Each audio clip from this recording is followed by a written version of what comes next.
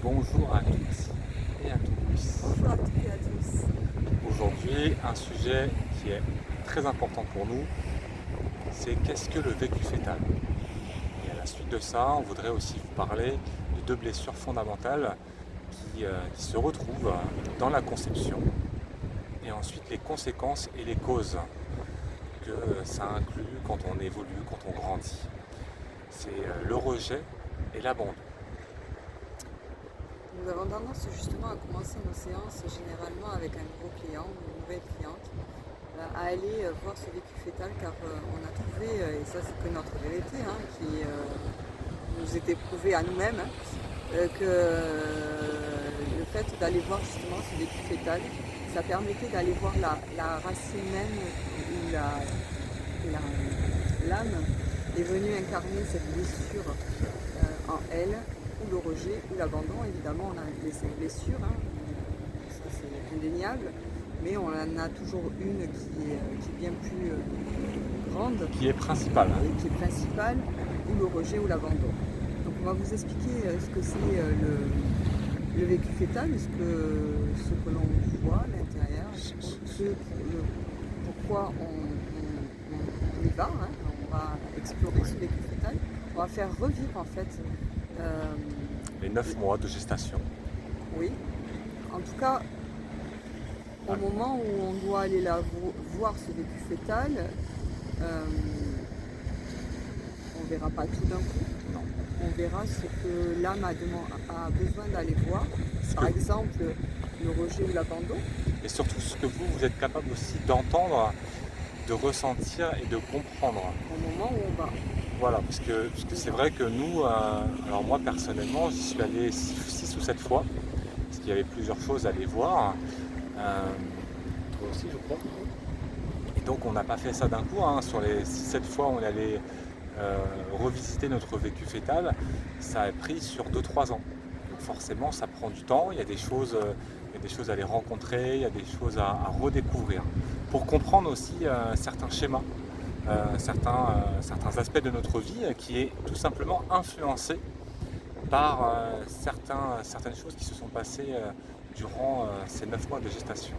Alors là, en l'occurrence, on vous parle justement de la blessure principale, qui est le rejet ou l'abandon qui se joue dans le vécu fœtal, là où au moment de la conception, généralement, par rapport ou à la maman, ou au papa, ou à l'entourage, Oui, parce que ça frères et peut sœurs, être des frères et sœurs, ça peut être les des amis. grands-parents, les amis. Et en tout cas, ce qui se passe, c'est que justement, quand on va en état modifié de conscience, décidément, on va justement revivre le moment où il s'est passé quelque chose dans ce fœtus, en fait, ce bébé que vous avez incarné. Et du coup, vous allez le revivre en direct, ce qui s'est passé. Et vous allez ressentir au plus profond de vous la racine même de cette blessure principale qui vous embête en tant qu'adulte. Qui vous empêche d'être vous-même. Qui vous empêche d'être vraiment vous-même au quotidien. Et ça va permettre justement de lâcher un peu plus prise là-dessus, en conscientisant ce qui s'est réellement passé, avec qui ça s'est passé. Et du coup, vous allez plus être dans l'acceptation. Alors, évidemment, on ne va pas retirer les blessures du jour au lendemain, mais en tout cas, ça va vous permettre que ce soit plus doux, parce que vous allez l'identifier au moment où ça arrive, après, dans votre quotidien, et vous allez pouvoir justement avoir plus de recul. C'est ça. Alors le vécu fœtal, c'est quand on était dans le ventre de notre maman. Et il faut prendre conscience et savoir que l'âme, elle commence son incarnation au moment où on est fœtus, les premières semaines. Dès qu'il y a un fœtus qui arrive, l'âme commence à s'incarner. Et par exemple, pour la blessure de rejet, moi par exemple, c'est ce qui s'est passé, c'est que l'âme, le corps et l'âme ont refusé de s'incarner ensemble. Donc ce qui est relié avec la blessure de rejet, mais surtout avec un problème d'ancrage. Car mon âme se trouvait très bien là-haut, elle n'avait pas envie de s'ancrer, elle n'avait pas envie de s'incarner. Sauf que l'univers en a décidé autrement. Et donc, ce qui peut être une banalité, ça a causé d'énormes problématiques dans ma vie avec l'ancrage, d'avoir du mal à s'ancrer, de trouver des fuites.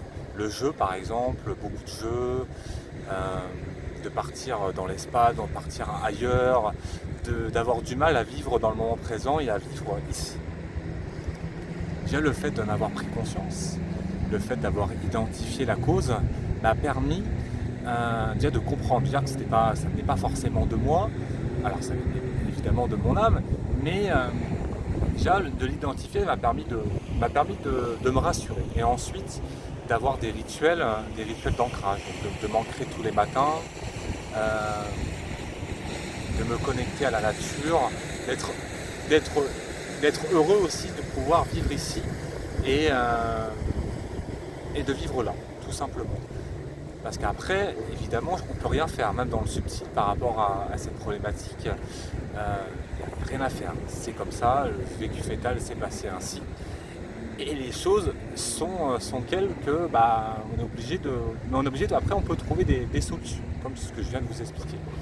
Après, il y a cette chose-là, mais il y a plein de choses qui se passent. Ça, c'est un exemple. C'est un exemple. Un exemple qui vous donne, mais aujourd'hui, par exemple, une maman qui attend un bébé et qui est dans le rejet de ce bébé, qui n'a pas envie d'être enceinte, qui ne supporte pas d'être enceinte, qui vit très mal justement le fait d'être enceinte, et cet enfant, on va vite se rendre compte qu'il va avoir cette problématique, qui va sortir déjà, qui va naître avec ce rejet, ce rejet total de sa maman, et qui va le porter malheureusement dans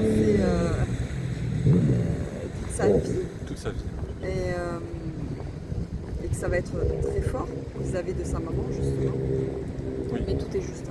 L'âme c'est s'incarner. C'est l'âme qui vient s'incarner pour expérimenter ça, pour que l'humain puisse cheminer, avancer, essayer de comprendre ce qui se passe, de comprendre ses blessures et d'aller trouver des solutions pour que ça soit moins présent. Puisqu'on vous rappelle de toute façon que l'âme est venue choisir ses parents, sa famille, et qui ont été déjà jouées, certaines choses ont été déjà jouées dans d'autres vies, et que forcément, voilà. C'est ça.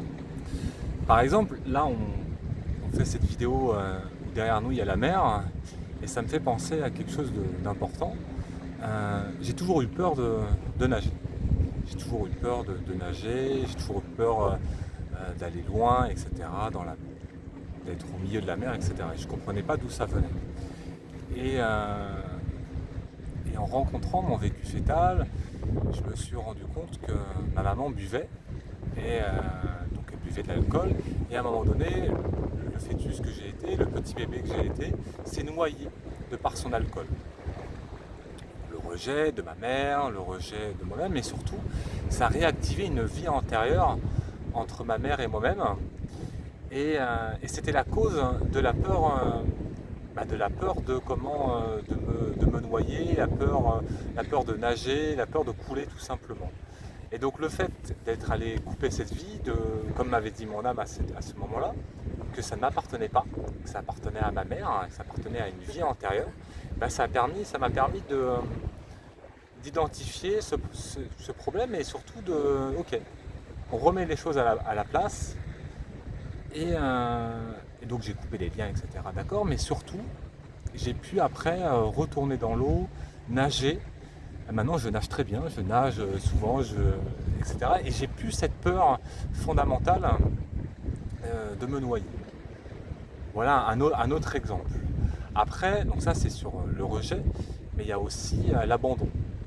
Toi, tu es plus à même de parler de l'abandon dans le vécu fœtal. Dans le vécu fœtal, oui, l'abandon de la maman, l'abandon où ma maman justement voulait avorter, donc forcément forcément ça vibrait en moi. Pareil, j'étais abandonnée par mon papa biologique dès ma conception. Donc là pareil, forcément dès ma conception, bien avant que je naisse, l'abandon était vibré en moi.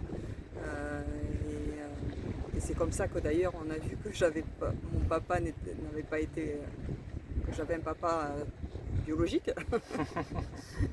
Ça aussi par rapport à mon vécu fœtal. Et que ma maman effectivement elle ne me voulait pas, donc il était hors des questions, elle m'a complètement laissé abandonner à l'intérieur de son corps, mais puis après évidemment.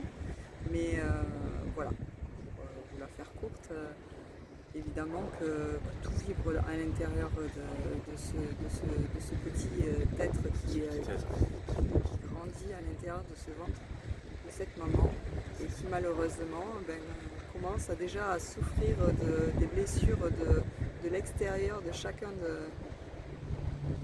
de l'entourage et que nous, voilà, on voulait vous apporter ça parce qu'il est important, on trouve important en tout cas. Oui, après il y a autre chose qui est aussi important et fondamental, qui arrive souvent, qui m'est arrivé également dans mon vécu fœtal, mais qui arrive à beaucoup de personnes qu'on accompagne, c'est le jumeau. Et ça c'est un sujet aussi... Le jumeau perdu. Le jumeau perdu, je te laisse parler. Moi, personnellement, je n'ai pas eu de jumeau perdu.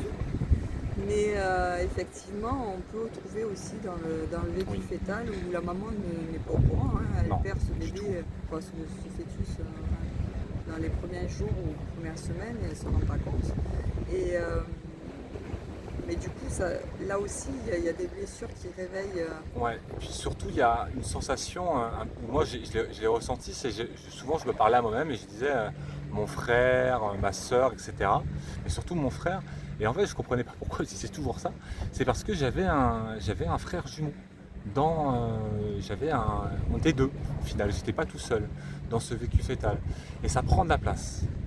Et ça prend de la place et souvent on ressent un manque, on a l'impression qu'il y a quelqu'un qui est à côté de nous, il y a quelqu'un qui manque aussi, au détachement. Au détachement, il se passe quelque chose chez l'autre bébé et du coup, pareil, là, ça active des blessures chez lui qui peuvent être, en tant qu'adulte, très... qui a des influences. Parce que la personne ne sait pas trop d'où ça vient et finalement on s'aperçoit que ça vient de là. Du fait que de prendre sa place généralement. Prendre sa place, qu'il y a souvent un bébé qui prend plus sa place que l'autre. Et souvent celui qui reste est souvent le petit bébé. Souvent celui qui a pas pris le plus de place dans le vécu fœtal. Et après, pour ce futur adulte, ça va poser des problèmes. Ça va poser dans la vie sociale, dans la vie sociale. Dans la vie de tous les jours, dans la vie de... Tout à fait. Voilà, c'est d'où l'importance pour nous, voilà, d'aller voir vraiment ce vécu fœtal parce que c'est le commencement. C'est le commencement dans la matière. Le commencement dans le ici et le maintenant. Et si on veut que tout se passe parfaitement bien, qu'on puisse avoir une vie où on est en paix, où on se sent bien, forcément, le vécu fœtal amène beaucoup de réponses à des mal-être qu'on peut avoir, des sensations qu'on ne comprend pas. Voilà pour cette vidéo. Alors si ça vous a parlé, dites-nous-le en commentaire et si vous avez aussi des questions, peut-être qu'on a oublié des choses, des sujets et autres sûrement, pareil, dites-nous en commentaire et on se fera une joie de vous répondre. Prenez soin de vous et on vous dit à très vite. À très vite, à bientôt.